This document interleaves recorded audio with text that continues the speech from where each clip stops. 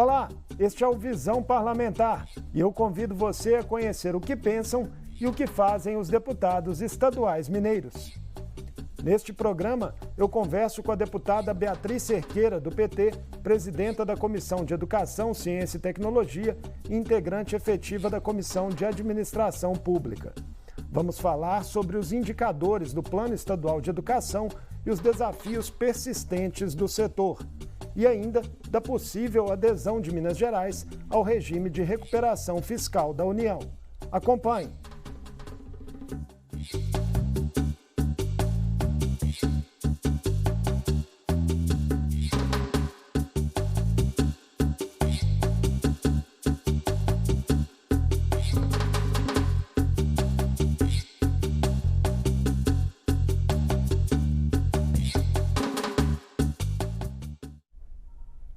Deputada Beatriz Cerqueira, é um prazer recebê-la mais uma vez no Visão Parlamentar. Agradeço a oportunidade do debate.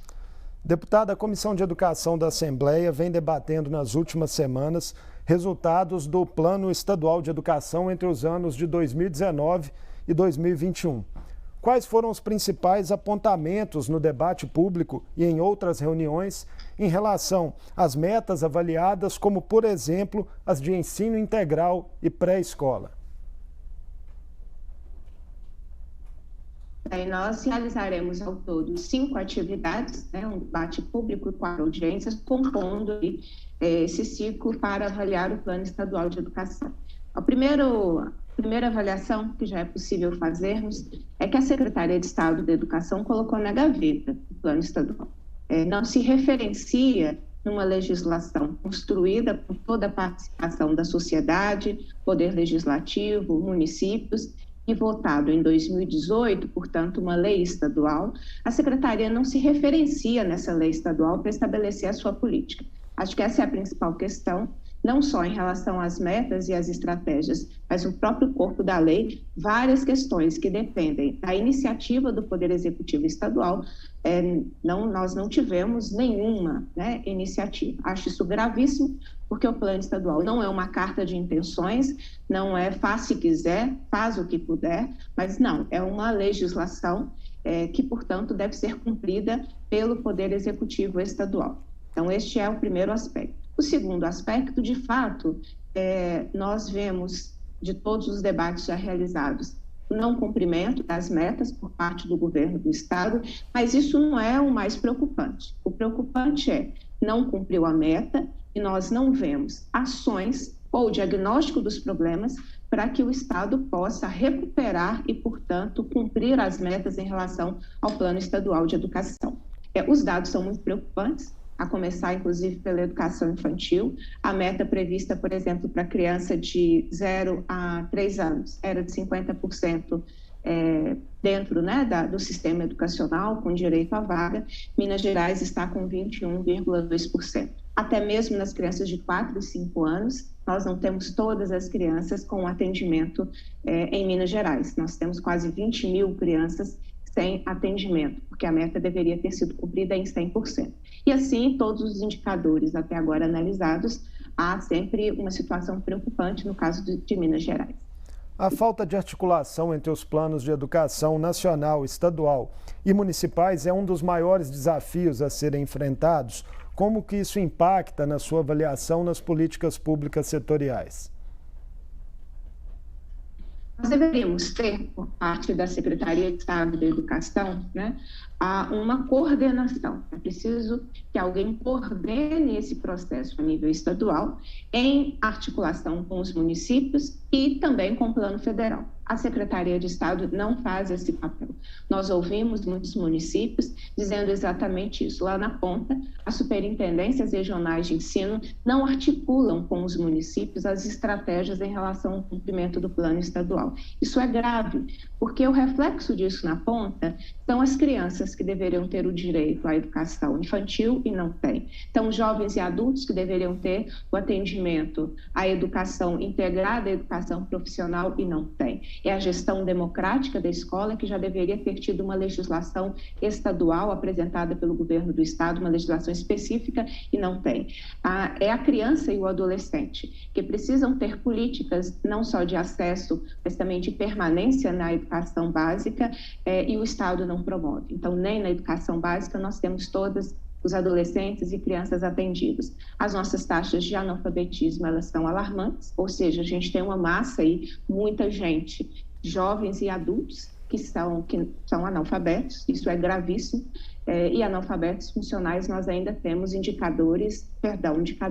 pessoas, gente, que não tem o acesso a esse direito fundamental. E, repito, o mais grave não é necessariamente o diagnóstico, é não ver por parte do governo do estado nenhuma política que enfrente essa realidade de modo a modificá-la. A pandemia da Covid, deputada Beatriz, também evidenciou carências na questão de inclusão digital dos alunos.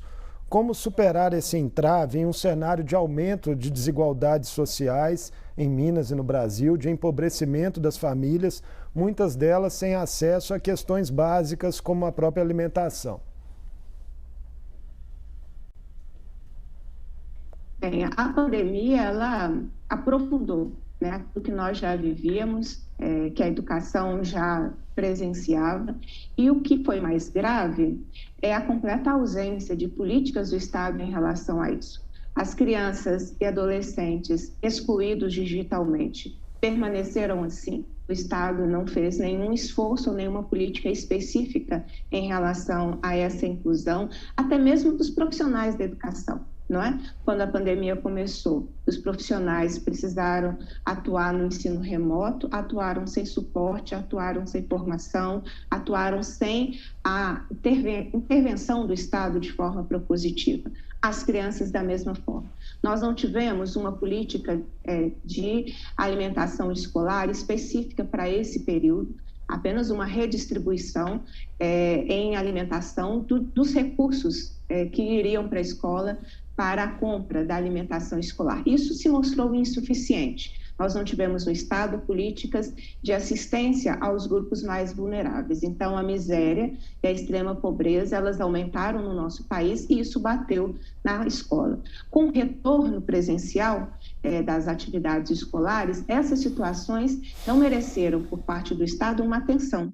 Então, nós voltamos às atividades presenciais com essa exclusão. É importante lembrar que parte da juventude que está matriculada está no mercado de trabalho informal, tem que ajudar no sustento da sua família, da sua casa. Nós não tivemos no Estado nenhuma preocupação em relação a isso, e não houve políticas que pudessem garantir nem inclusão, nem a alimentação, segurança alimentar, mais do que a alimentação, a segurança alimentar. Isso estoura na escola agora, né? Lamentavelmente, o governo do Estado faz uma pauta negacionista em relação à pandemia, de um retorno presencial, inclusive sem um planejamento exatamente das consequências de todo esse período da pandemia que o ambiente escolar está recebendo essas crianças e adolescentes.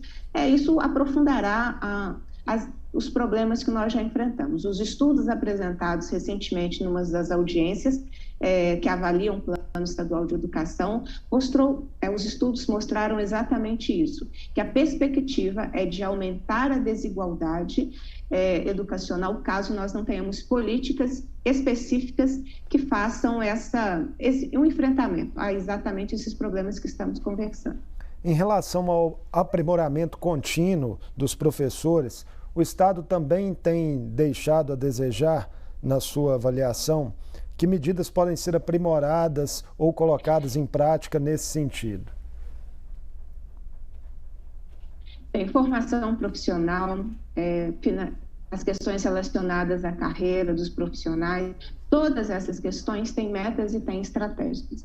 E o governo, conforme eu havia feito o diagnóstico no início, não leva em consideração, não se referencia na legislação para fazer sua política. O resultado, exatamente a apresentação de indicadores ruins de números extremamente graves em relação à situação de formação, à carreira e ao vínculo dos profissionais em educação. Nós permanecemos em Minas Gerais com números absurdos, de mais de 50% dos profissionais da educação com vínculo precário, sendo que o Plano Estadual de Educação estabelecia avançar para uma grande maioria de servidores efetivos. Não há política do Estado, exatamente, que demonstre que ele está se empenhando para corrigir essas dificuldades. Porque, de novo, este é o grande ponto. Nós tivemos um momento de pandemia, são quase 2 anos, uma série de dificuldades precisaram ser enfrentadas pelos gestores públicos.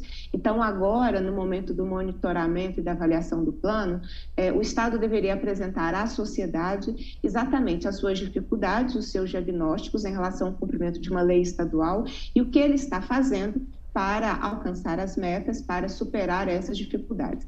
Essa resposta nós não obtivemos em nenhuma atividade até agora promovida pela Comissão de Educação, como se o plano estadual não fosse uma legislação e que tivesse o Estado a obrigatoriedade do seu cumprimento. Entre os programas em curso pelo governo Zema, deputada Beatriz, está o projeto Mãos Dadas, que prevê a municipalização dos anos iniciais do ensino fundamental. A Comissão de Educação já debateu a execução desse programa em diversos municípios e eu faria a seguinte pergunta, senhora: como as comunidades escolares estão recebendo essa novidade e se, na sua avaliação, prefeituras podem vir a se arrepender de fazerem essa adesão? Mãos Dadas é uma tragédia. É uma tragédia porque ele vai impactar exatamente nas metas que estão estabelecidas no plano, a começar pela primeira meta da universalização da educação infantil. Era sobre isso que o Estado deveria estar conversando com os municípios e não empurrando a sua responsabilidade para que os municípios assumam. O aspecto das comunidades é uma situação de extremo desrespeito com as comunidades, porque o Estado não conversa com as comunidades, muitas prefeituras também não conversam. A comunidade escolar, que vai ser a principal impactada pela política, tanto do governo do Estado e do prefeito, a comunidade é completamente ignorada. O que eu tenho visto é exatamente comunidades insatisfeitas, questionando a administração municipal e mobilizando na defesa das escolas estaduais. Eu não tenho dúvida de que, a médio prazo, as administrações municipais que optarem, por adesão ao projeto vão se arrepender, porque elas estão assumindo para si uma despesa constante, que antes era do Estado, e não há motivos para o Estado transferir essa responsabilidade. O município que aderir vai assumi-la de forma permanente e ficando com uma despesa, sendo que o Estado não está, então, mesmo com o aumento dos custos do Fundeb, quaisquer outros programas, ainda assim não serão suficientes para compensar o impacto da transferência de matrículas para o município. Quando o município perceber isso, é evidente que será tarde demais. É uma operação extremamente complexa, que o Estado tem pressionado municípios por uma adesão a toque de caixa. Em muitos municípios tem acontecido isso, uma rápida apresentação do projeto de lei e, consequentemente, rápida aprovação nas câmaras municipais, e o Mãos Dadas impactará exatamente na dificuldade do cumprimento das metas do Plano Estadual de Educação. Impactará negativamente, né? Recentemente, deputada Beatriz, foi mantido em votação na Assembleia um veto do governador a um projeto que proibia parcerias de gestão com organizações sociais em educação, saúde e segurança.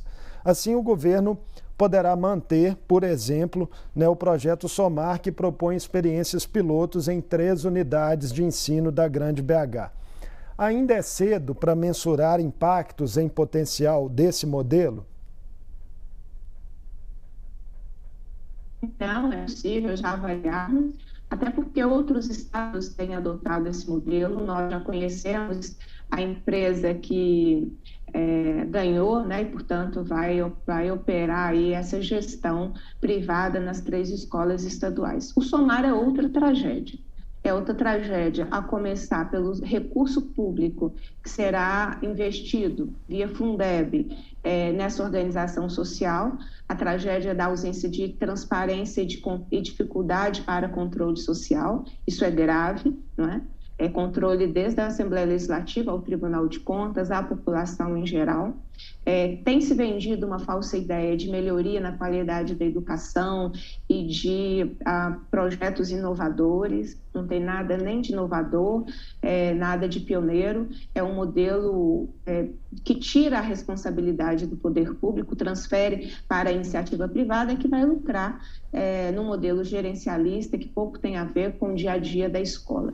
Eu lamentei muito, né, a não derrubada do veto, porque era uma oportunidade importante da Assembleia Legislativa proteger as escolas públicas dessa sanha empresarial de lucrar nas costas da gestão, né, das escolas estaduais. O impacto para a gente ele é imediato, tira a gestão democrática que hoje nós temos, tira os designados da escola, tira os professores efetivos, tira os professores de apoio, que era um grande passo que o Estado tinha dado. E nada tem a ver com o Plano Estadual de Educação. Perceba, nós acabamos de falar sobre 2 projetos que têm um impacto direto na vida das comunidades escolares, nos municípios, que não tem respaldo nenhum no Plano Estadual de Educação. Então, tem um desrespeito com algo que foi construído coletivamente e hoje é uma legislação que o governo do Estado não se referencia, como se, ao assumir o governo em 2019, ele pudesse fazer o que quisesse em relação à educação.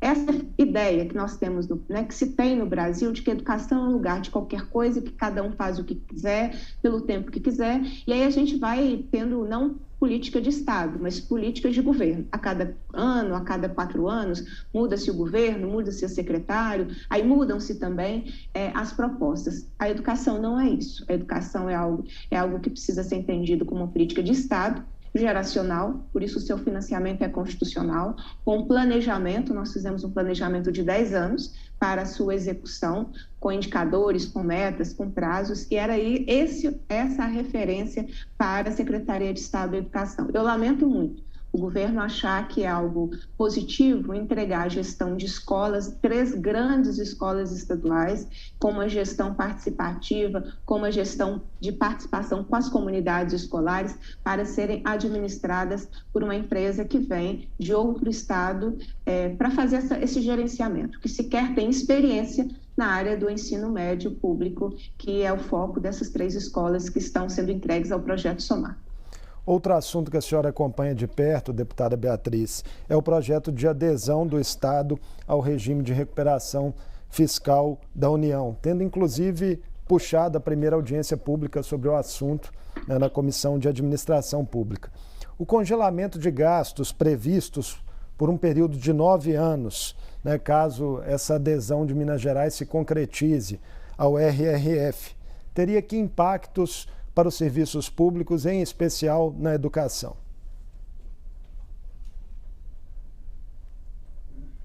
Impacto gigantesco, não é? Tenta-se fazer o falso debate de que o único impacto é para servidor público, o que já seria enorme, mas o impacto do regime de recuperação fiscal, as vedações impostas, proibições, não estão apenas no aspecto da vida dos servidores públicos, mas fundamentalmente dos serviços públicos. Se aderirmos ao regime de recuperação fiscal, significarão, né, 9 anos sem aumentar investimentos na área da educação, sem criar nenhum programa específico. Olha, nós acabamos de dizer que muito pouco tem sido feito em relação ao Plano Estadual de Educação, que o Estado precisa se reorganizar para atender, criar estratégias, programas para atender ao Plano Estadual de Educação, ou seja, do direito das pessoas estudarem com dignidade no nosso Estado. Se aderirmos ao regime de recuperação fiscal, é incompatível. Não tem Plano Estadual de Educação no regime de recuperação fiscal, porque programas, projetos, destinação orçamentária para tudo isso não poderá ser feito por 9 anos.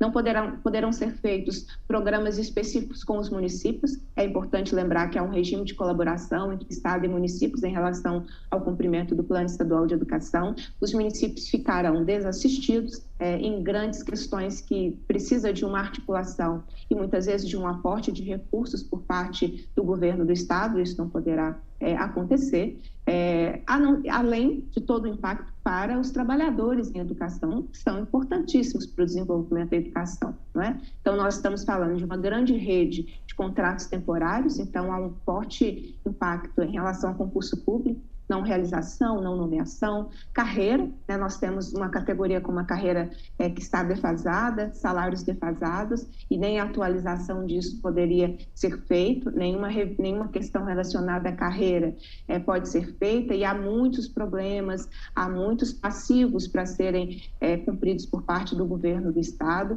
Então, o regime de recuperação fiscal, em síntese, é uma troca de muito pouco, nenhum benefício, para muito sacrifício, por 9 anos.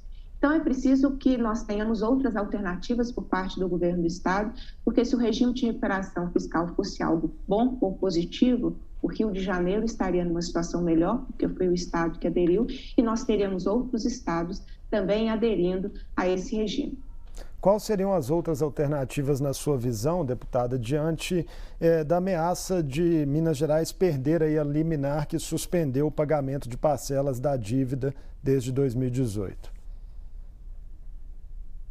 Bem, a alternativa deveria começar por parte desse governo em 2019, quando ele começou. Né? Desde 2019, o governo Zema bate na mesma tecla da adesão ao regime de recuperação fiscal.